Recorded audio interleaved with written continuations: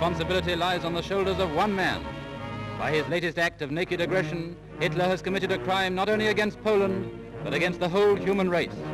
Against the mothers and children leaving the cities of Britain under the great evacuation scheme with a smoothness and speed that avoids a single accident or delay. As they start out on what to them is the great adventure, already German troops, guns and planes have crossed the Polish border to kill and to destroy. So Britain prepares to fight, and never in our history have we been so united in the knowledge that our cause is just. We have no material interest in the quarrel between Germany and Poland, but we shall be fighting for something which is vital to our life and to the life of all civilized people. For in a world where the rights of the weak and the honor of the pledged word can be overruled by the high hand of military power, there is no tolerable life for nations or for peoples. So in spite of our hatred of war, we must meet force with force. And as our children move from the crowded cities to the kind care of newfound friends in safer places, what a tragic contrast to the preparations for the horrible struggle that may lie ahead.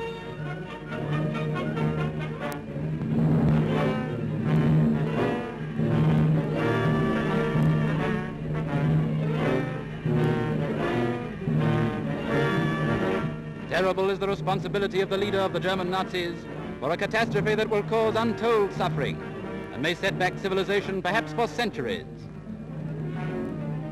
He has rejected every appeal for a peaceful settlement from the Pope, whose followers regard him as the vicar of Christ on earth, from the King of the Belgians, whose youth was shaped by the tragic years of the last war, from the President of the United States, ardent fighter for peace, and from the Queen of the Netherlands.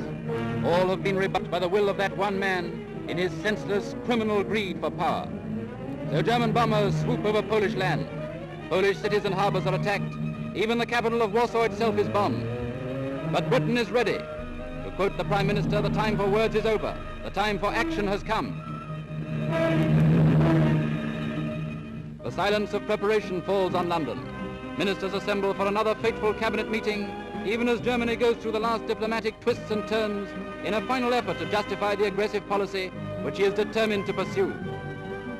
Poland's ambassador to Britain calls at number 10 Downing Street to report that Warsaw has been bombed. A little later, the German chargé d'affaires comes to deny the bombing, and he hardly seems to know which way to turn. But the denial was unnecessary, for later still comes an official confirmation of the raids. The King visits the Prime Minister in Downing Street, for His Majesty decided that Mr. Chamberlain was too busy to be called to Buckingham Palace.